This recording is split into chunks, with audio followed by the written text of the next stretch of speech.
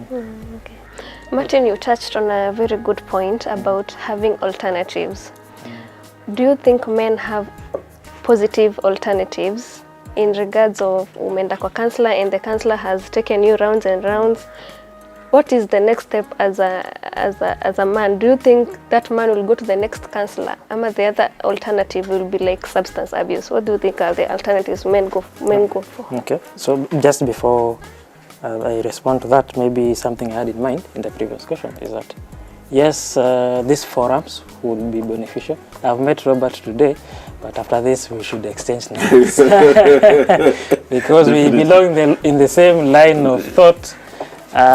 Particularly, since you also introduced yourself as a social worker, I know you resonate with the policy making process in counties.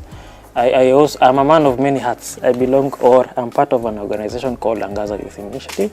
It's a youth-led organization in Kilifi. And we have in mind a sporting activity, just the way you have mentioned. In fact, I was just happy when you were explaining, because we have in mind a session whereby we will engage youth in Kilifi County in a beach ball activity. We are calling it Strong Waves, Strong Men. We understand as an organization that we survive based on funding, but we saw why should we go outside and write proposals for wazungu kuja kupea pesa? Now we have resources within ourselves. So we are organizing a fund drive activity, 31st of August. I invite all of you. It shall be in Kilifi County. We are having a session whereby a beach ball activity, games of all manner, men come. What I know personally is that when a man is comfortable, he will talk. In fact, even to the women, yeah? Ukipata bwana wako ukimweka kwe comfortable, he will release everything. Hata atakosa kuenda kuona outside chicks ama nini, atabaki nyumbani. So a sporting activity as an initiative for men to come and talk is a contributing factor, even to reach out to those youths in rural areas, because when we engage the county government, they have the necessary mechanisms to the grassroots level. Thank you. Now, for your question on positive alternatives, yes, this will work. A positive alternative is that I have come as a man, I have been engaged in this forum, tumeongea, and then all of a sudden I'm comfortable and say, hey, baby, jana, nilala njaa. Then someone comes and say, by the way, ulifanya kosi gani? Ulifanya so and so. So come kesho, nikupatie job. Or kwa sababu leo, usilale njaa, shika ido, and ukule. So already we'll see, this platform is working. So the alternative that I'm going to give, food for today, fish for tomorrow. So I'm teaching you how to fish. Okay? As a man, I'll be comfortable. I'll go back home. Nikipatana na besti yangu mwenye akona challenge, I will express in mwambie, we, by the way, ulisema jana ulipigwa. Kipigwa, the first thing maybe, if it's a gender-based violence issue, you should report, because most men suffer from gender-based violence, but the government doesn't have the data. Why? Men don't go and report these issues. So men suffer in silence, and what we are saying, speak out. Okay? We'll change the culture as one by one. Yeah, thank you.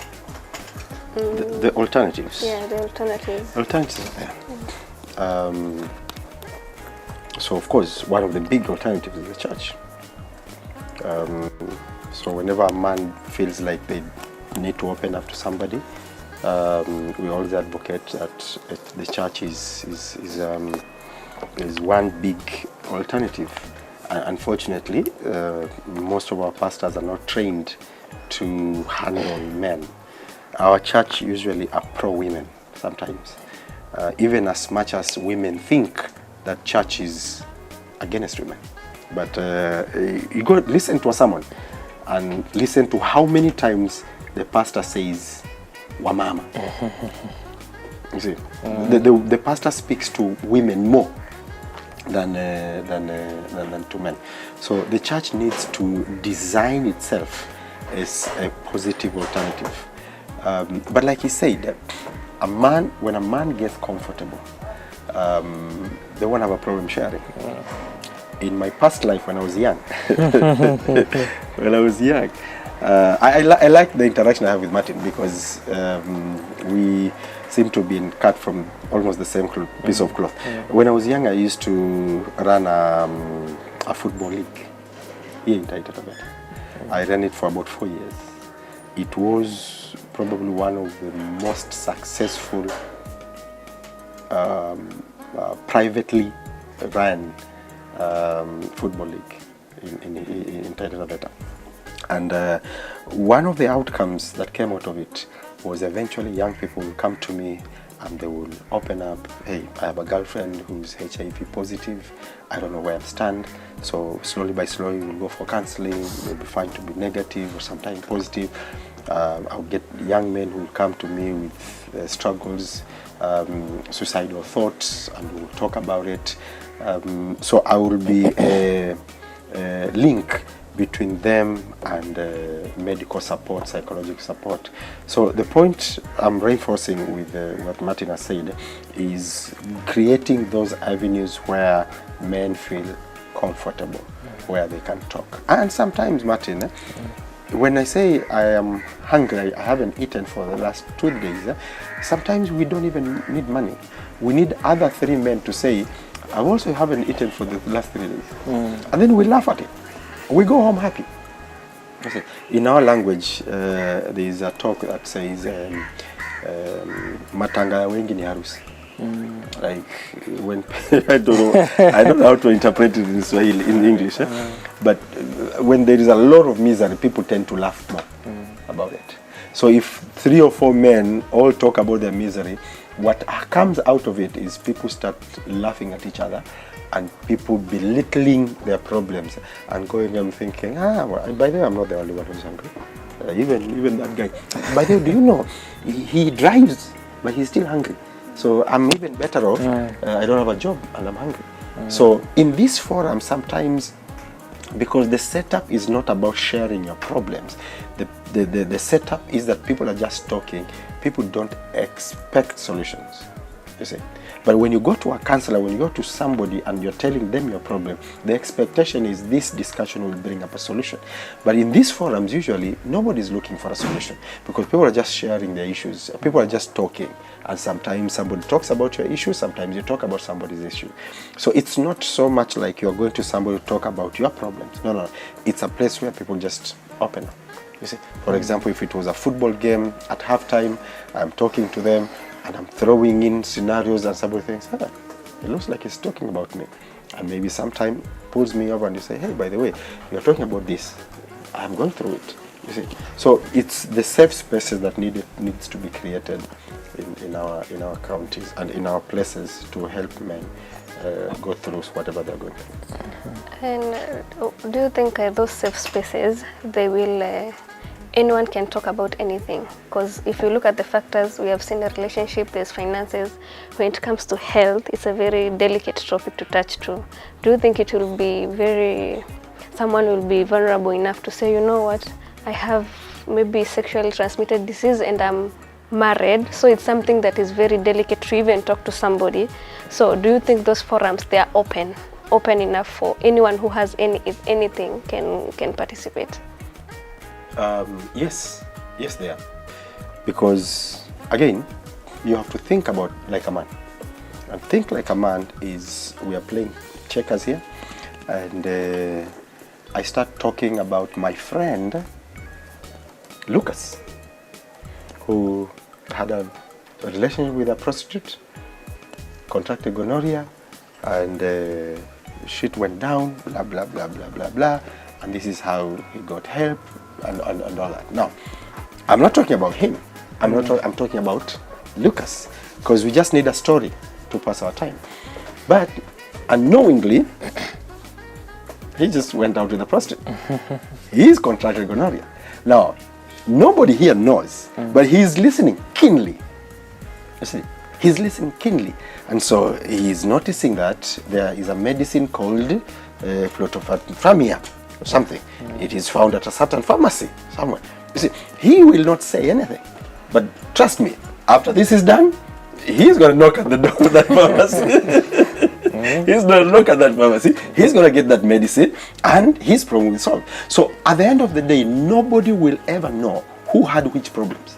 But just because of the stories that are being told and whatever their life experiences, people are going to pick up whatever they need to pick up and take home and help themselves out without necessarily knowing who had which problem. That's the beauty about when men gather together.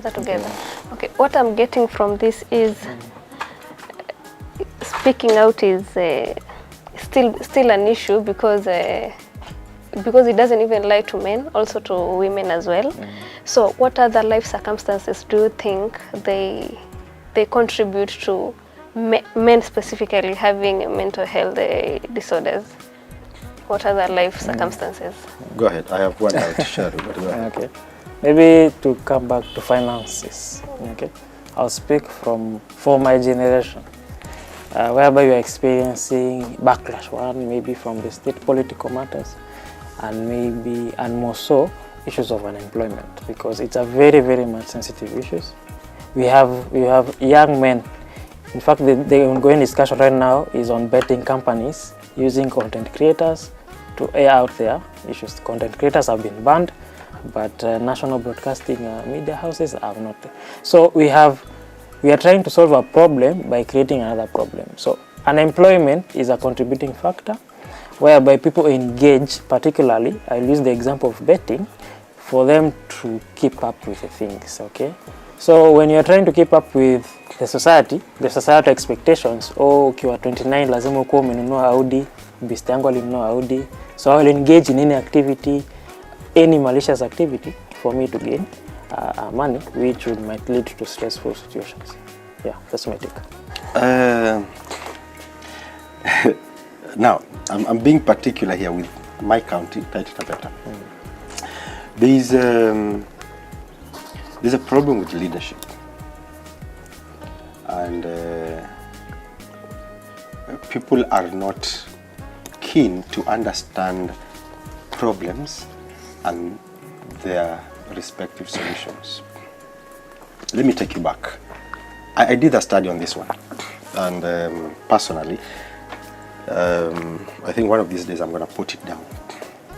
What two regions in this country suffer the most when it comes to alcoholism? Two regions. I'll give you the answer so that you don't think too much. Mount Kenya region and Taita Taveta. Can you name any other place that struggle most with alcohol rather than these two countries? It's not Mombasa. Mombasa have their own problem. That is cocaine and whatever, not alcohol. So I asked myself, why do we have a problem within these two counties? What is common? And my mind led me to climate, which is very interesting.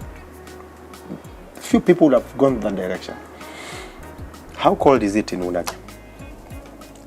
It's extremely cold. Extremely cold. Yeah. What about in Murang'a? Almost the same. Almost. Yeah. Isn't it? Yeah. Now, please help me understand. You are 17 years of age. You just finished Form 4. You're waiting to go to university. In the evening, you go play ball until around 6. Where do you go back to? And remember, you are poor, so your house ni ile ukifika umeingia. Ukiingia umefika. Sindio? Now, do you go back home? Not really. And sit with your parents there and do you go back home? Not really. Where do you go? Number boys. So where do the boys sit? Because you remember, it's Wundanyi. yeah, Pretty cold. pretty cold. So the only place that is social, that is enclosed, that will provide you with warmth, is a bar. Name me any other place that has a chair for you that is not a bar. There's none. There is none. It's only Sunday for church. I'm 17 years old, so I don't go to church. Yeah. And again, church is not open at 6 in the evening. So now, at the 17 years of age, I go to the bar, not to drink, but to hang out, so that I wait for time to go back home, get my supper, and go to bed. Now, this is not true with Kilifi. Kilifi, tukitoka ball, at 6, we walk and we get to a place where the roads have intersected, and we sit there, and we can sit there with our shirts off until midnight, and then we stroll to our home. The same thing about Taita Taveta is with Mount Kenya. So our young people are going to the bar and picking up alcohol tendencies, not because they want to drink, but because those are the only places where they can hang out. Now you understand why they had Ofafa Jericho Hall, they had Madaraka Hall, they had these social halls where young people will go there and play darts, play checkers, do boxing, pass their time until the time is up for them to go home. So my point is our leaders, especially in Taita Taveta, should not be building these halls, wanazita social hall, and then leaving them empty. I wish these social halls zingekuwa zinatengezwa na darts, draft, so that young people can go there and spend their time there from evening to pakit kapa saa mbili, then they go home. What am I saying? The environment is a big factor as to why our young people are drawn into alcoholism. Now, when they get into alcoholism, then the financial aspect gets them, the relationship issues get them, and everything goes down after that. So for me, one of the factors that should be looked at is environment and how environment is pushing our young people into alcoholism, and that's a big thing. And we tried it once in a certain village. We built a social hall, we put a TV there where our young people were watching EPL. We put games there, and for a year or so, the alcoholic problem was reducing in that village. I won't name the village right now. The alcohol problem was going down until hell broke loose. That program had to end, and we were back to ground zero. On substance use, right, Martin? I want to understand, is substance use an alternative for men who aren't getting help, or substance use, some just misuse it without reason? Ni starehe tu. I'll pick up from where Robert has shared. It has been used, it's being used as an alternative when you don't receive that care or attention. Nimemaliza kucheza football, so me and my peers, the best thing we can do to pass time is engage in this alcoholism or substance abuse, leading to other matters that contribute to ill health. Yeah. Let me ask you. You're asking whether alcohol and substance abuse is just an excuse, or is it an alternative? Do you see yourself wasting 150,000 on beer just for you to get high? No. So it cannot be an excuse. It's an alternative. It's what people think can help them. Nobody in their sane mind will do themselves what alcoholism do to them. You see? So to them, it's an alternative. Yes, when you look at them, they look like they are having fun. There's a verse, by the way. How can I be a preacher without reading a verse? There's a verse. There's a verse that I keep sharing with young people who are struggling with alcohol. It's in Proverbs chapter 31. Proverbs chapter 31. I think it's verse 4.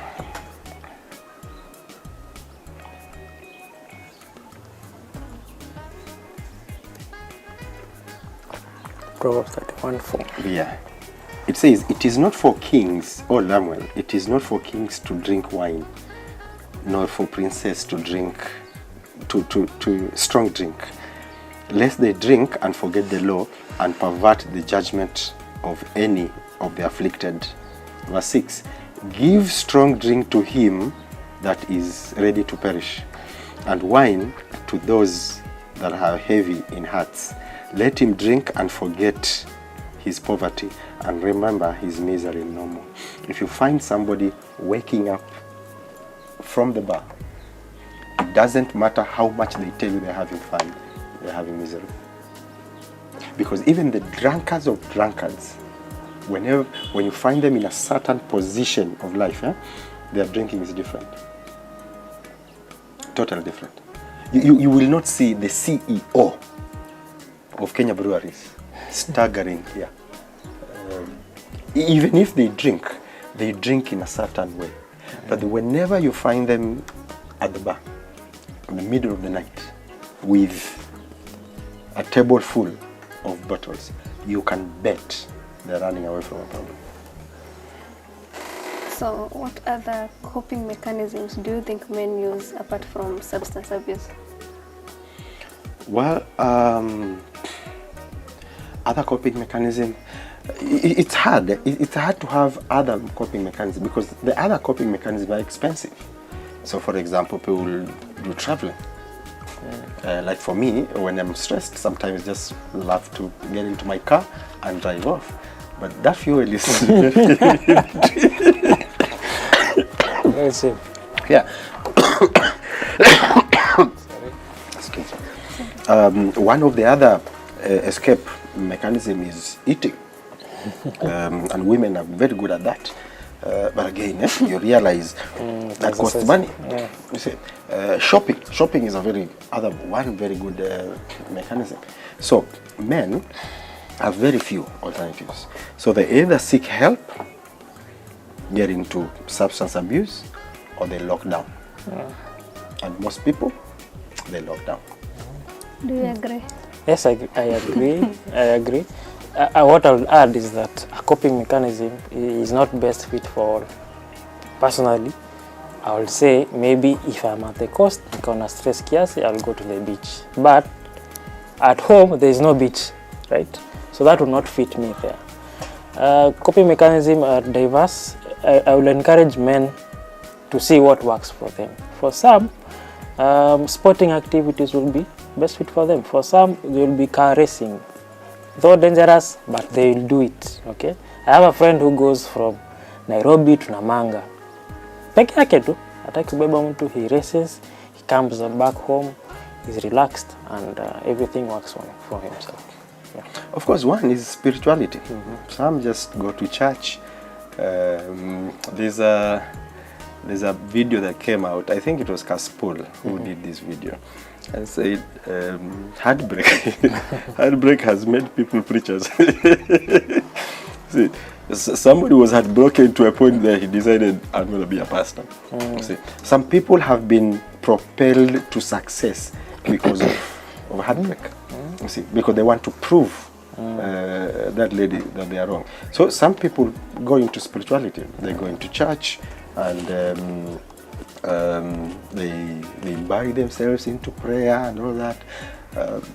Not the most effective, but widely used. Because sometimes it does not deal with the problem, it covers it. But sometimes when you cover it for so long, it goes away. So that's the beauty about some problems. After about 10 years, you realize what you thought was a problem actually wasn't a problem. Not sometimes even 10 years, sometimes even after a year. There's a time me and my wife went into a really big fight. Not physical. I'm a pastor, so I know. Yeah, you need to get that straight. So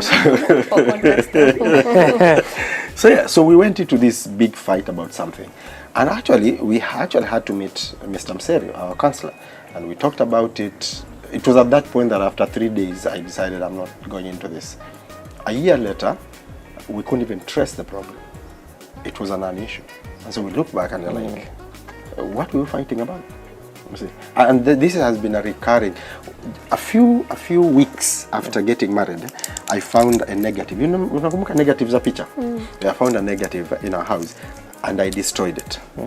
So when she came home, she realized I have destroyed the negative, and she was angry. So I wondered, why are you angry? It's just a negative. So we got into a big fight that day. It was a few weeks after our wedding, and but later on, we realized that it was just a misunderstanding. She wasn't actually angry about it, and I didn't know that she wasn't angry. So we just assumed many things, but of course, eventually we solved it. So what was I saying? I'm losing my thread of thought. Coping mechanism.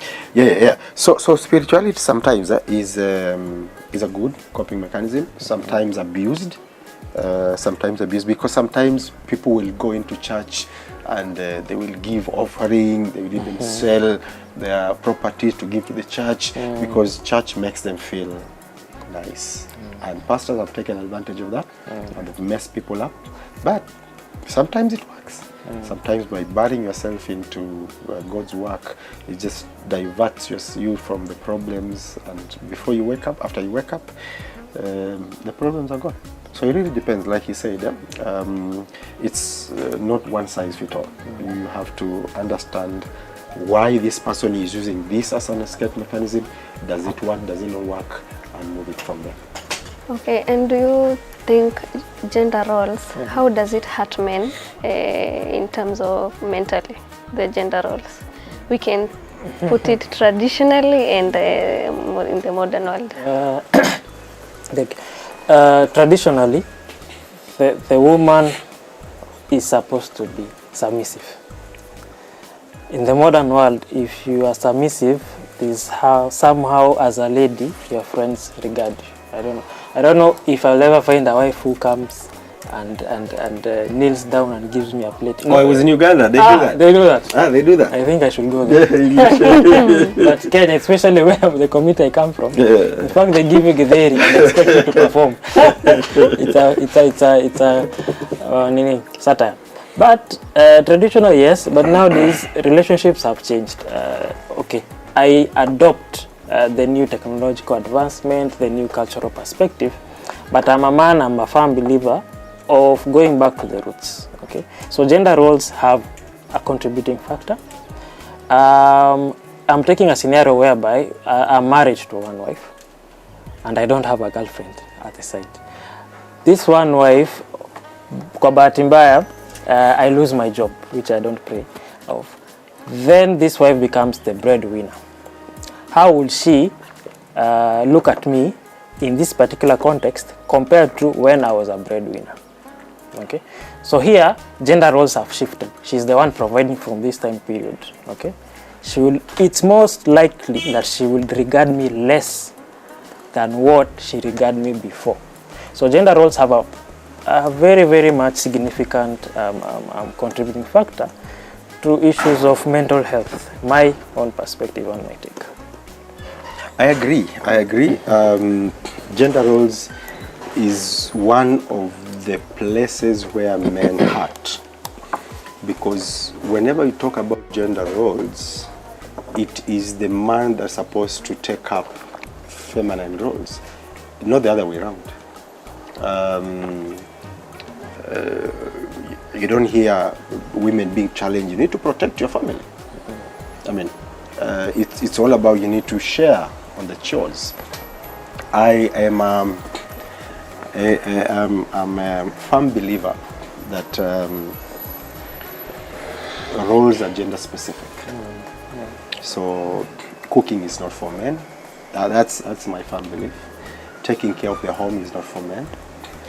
Yeah, it can help here and there, but let's not make it as if now we are exchanging the roles. I am a firm believer of gender-specific roles and people finding joy in those roles. So in my house, as much as I have a boy and a girl, I don't try to teach my boy that he needs to cook because now he's going to get married and he needs to help his wife. I'm a believer that a mentally healthy woman will want to serve her husband, and a mentally healthy man will want to protect for his family. You see, but we are caught up in a situation where men are being feminized when it comes to gender roles, and it's bringing a problem. So I'm a firm believer that there are roles that are specific to women, whether the man will help here and there or not. But I'm a firm believer that a woman needs to understand her roles, not her place, her roles in the family, and such that even if the big portion, like I tell women, let's understand that the taking care of the home is on your side. Now, if you decide to go out and work, that should not be at the expense of the man filling in your space. No, it's for you now to ask yourself, now that I am leaving my functions, who is going to work on them? And probably bringing in a home manager or something like that, that is going to serve. Because now you have the money, you can pay for it. You see, if the money is not enough to employ a house manager, then why are you going to work? You see, but if the money is good enough, let it employ a house manager so that the husband can continue enjoying the benefits of being a husband, and that is a clean home, well taken care of, children are well taken care of, and things of that sort. So we must go back to traditional gender roles. Now, if in the US and in European countries where they have other cultural gender-specific roles, that's their problem. But from an African perspective, even women who have good jobs, they'll still ask for money for salon from their husband. It just tells you we have specific roles that we play. And I think this idea of watering down the functions of a man vis-a-vis that of a woman, I think confuses the boy child. And when he does not perform, then he gets blamed. When at the first place, he was set up not to perform. Okay. I have a question for both of you. Is mental illness more common in men than we think? Because as we know, men are strong. Unalia nini? Why are you crying? Why are you shouting? You are not supposed to be vulnerable in any way. So is mental health illness in men more common than we think? The answer is absolutely yes. The problem is way bigger than we even want to imagine. A lot of men are suffering out there. Go walk through town and count the men that are just seated idle at kahawa desks in the bar and everything. Ask yourself, what are they doing? Should these people be at home with their children? So mental health, not just among men, but mental health is a major problem cutting across the board. But I think when it comes to men, we've not even talked about it. Yeah, my take would be yes. It's a major problem. And someone, a US-based company did a study and said men are more likely to die 6 years younger than women. Why? Because of the health-related issues. What we are suffering from is that men don't talk. So we don't have that quantitative data to show the number of men who are suffering from this particular disorder for us to come up with policy interventions to come and assist this particular group. Okay. I want us to touch on suicide, and that's something that the pastor will talk more about. Yeah. Suicide in men has become very common, especially here in Taita Taveta. What do you think is the common issue with men killing themselves through suicide? Because 75% globally of men, they die through suicide. So what do you think in Taita Taveta? Let's start from here. What's the main issue? Maybe we start with shame. Men reach the end of the road. Once they get to the end of the road, then suicide becomes an alternative.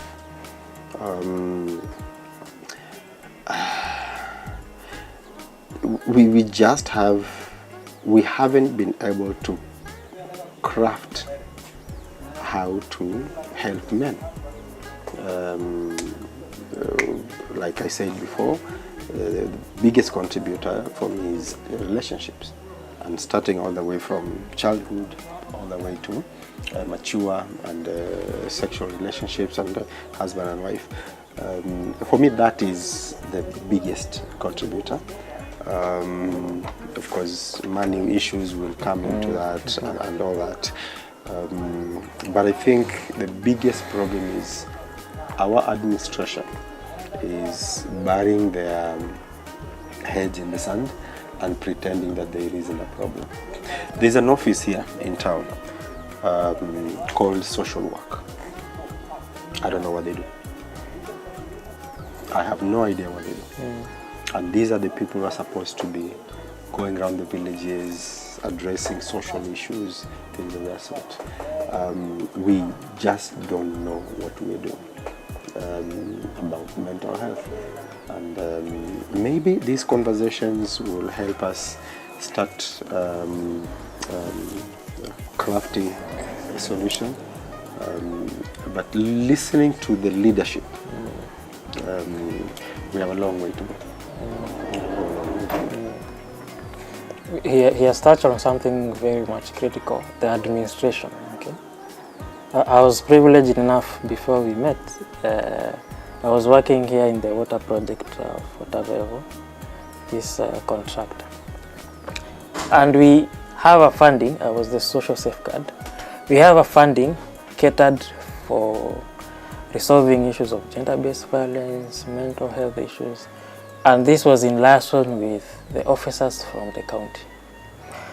So we noticed that we might come and do a report and say, for example, my work was specific to we have engaged casuals in Voi. We need to sensitize them on gender-based violence, mental health, life skills. I prepare a budget, I submit. But we find out that there's someone somewhere who doesn't approve this budget. So we have a social worker, not in their defense. There's a social worker under the state, but does not receive the enough facilitation to go and conduct their work. So we also have that funding gap, whereby there is a lot that can be done by the state, but I don't know to call them the old boys of the state, regard these issues, or they press down on these issues, seeing them as more of vitu za wazungu, because that project is for the World Bank. So they see, sasa World Bank wanapatia milioni 2 kuongea na vijana, si pesa tukae tu na vijana tajisort. Yeah. So it's an issue. When you asked me to introduce myself, I was specific that my first introduction was a social worker, not as a pastor. I'm a social worker. Now, if there are people who meet with people on daily basis, weekly basis, are pastors. So if you have any social intervention that you want to introduce, probably you want to work with pastors the most. Because these are people who, on weekly basis, they meet them. So if I was in the administration, for me, one of the important budget will be training pastors. Not on theological issues, but on social issues and things of that sort. But in fact, church now is becoming an enemy of the state. The people who could actually be at the forefront of helping the people are now regarded as enemies. You see? So we have a problem. We have a problem. Suicide is going to be with us for some time, because things don't seem to get better with every day that is coming. So economy will always be used as a scapegoat as to why we are in the problem we are in. It is just one of the contributing factors. The leadership needs to wake up to the realization that we have a problem and try to find a solution. And how would you advise someone individually? How should they rebound, or how should they rebuild after trauma? Because if you rely on the administration, clearly it's going to fail you. The church, sometimes it's biased, clearly it's going to fail you. So what are the other options? Well, from an individual, if I was looking at somebody and they are listening to me, the first statement I would tell them, you are not the only one that is in this trouble. You see, the Bible speaks somewhere, I think it's 1 Peter, says the temptation that we are in, other people have gone through them and they have come out. So the first thing I will tell somebody who's going through whatever they're going through is, you're not the only one that's going through that. There is many people that are going through what you're going through. That's number one. And there are many that have gone through what you're going through that have overcome. One time, I keep coming back to my troubled time in my relationship. But one time, my bishop told me, I mean, she should not think that you cannot divorce her. Because sometimes what kills men is the thought that when we divorce our wives, then we'll be called failures. No, it's not. Marriages come, marriages go, whether you're a pastor or not. You see, and sometimes you just need to let them go. You see, so the first thing that men need to understand is that it's not the end of the world. They are not the only one that they're going through the problem. And number two, that there is a solution somewhere. You see, but we just need to look for it. You see. But they are not the only one going through the problem. And getting 100,000 might actually not solve the problem. You see. So people need to realize that they are not the only one going through the problem. Yeah, I agree. I agree you are not alone. You are not the only one. Kama ni wewe mwanamke anasema atakuacha usipofanya hivyo, mwache. Mwache. Tusibembelezane. Kuna kubembelezana. That's not the only job in the world. Yes, it will hurt you. It will hurt you losing the job, but you're not the only one who's lost the job. You're not the only one who's lost an election. You're not the only one. You're not the only one who's lost a leg. You see? Yeah. And even as much as you don't see people are going through stuff. Like as we sit here, nobody knows what health challenges we have. And you might be killing yourself here because you have gonorrhea. No, I'm saying you have gonorrhea. But you really don't have an idea what I'm going through. I might be having my plethora of tablets that I have to go through every day. You see? So people just need to understand that they are not the only one in problems. And that's something I've realized. Once people know that. I had a health challenge that I thought was really bad. But one time I met a pastor and he shared with me and said, I've been through that. I was like, all right, then I think I can handle this. So just men need to understand that they are not the only ones. And there is a help out here. So as we wind up, I want you to talk to that man, to that boy, to that brother, to that husband out there who is going through a lot and maybe he is afraid to speak up. That person who is suicidal, that person who is going through gender-based violence, that person who is in the darkest places as a man, I want you to talk to them through that camera. Ndani ya nyumbani. Yes. So to that friend, you are not alone. Don't suffer in silence. To that brother, all shall be well. To that father, uncle, elder, let's nurture our young generation to speak, talk, and have solutions in every different context. Thank you. For me, for anyone who's going through a troubled situation, is that don't build a wall around yourself. Don't stay alone. It's gonna kill you. I can assure you. Make sure you are among people. Find a group and get in. It doesn't matter. Be a Muslim. Go to church. Go drinking if you have to. But do not be alone. I have to do a verse. I think it's in James that says, when you are tempted, do not say that God has tempted you, because God does not tempt anybody, nor is he tempted by anybody. And this is the best part. But everybody is tempted when they are drawn away by their desires. And the key part there is drawn. There is nothing dangerous as being drawn away. I'm telling the truth. So do not give in to the urge to separate. Get connected to something, to somebody. Even if it is drinking, get connected. Get through that. You will deal with the drinking part later on, as much as it is the bad alternative. But the point here is, my friend, do not disconnect. Get connected. Find a place where you can connect and let it get through, let it get you through the day and through the other day and through the other day. Get connected. Don't separate, because loneliness is what is going to take you out. Yeah. Yeah. So I thank God. I'll use what he said.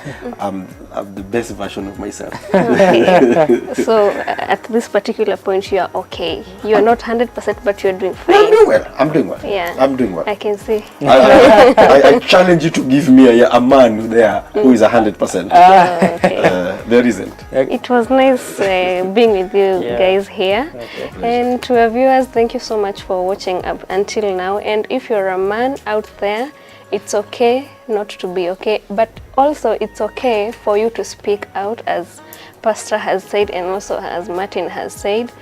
And I think we shall see you on the next episode. Bye for now.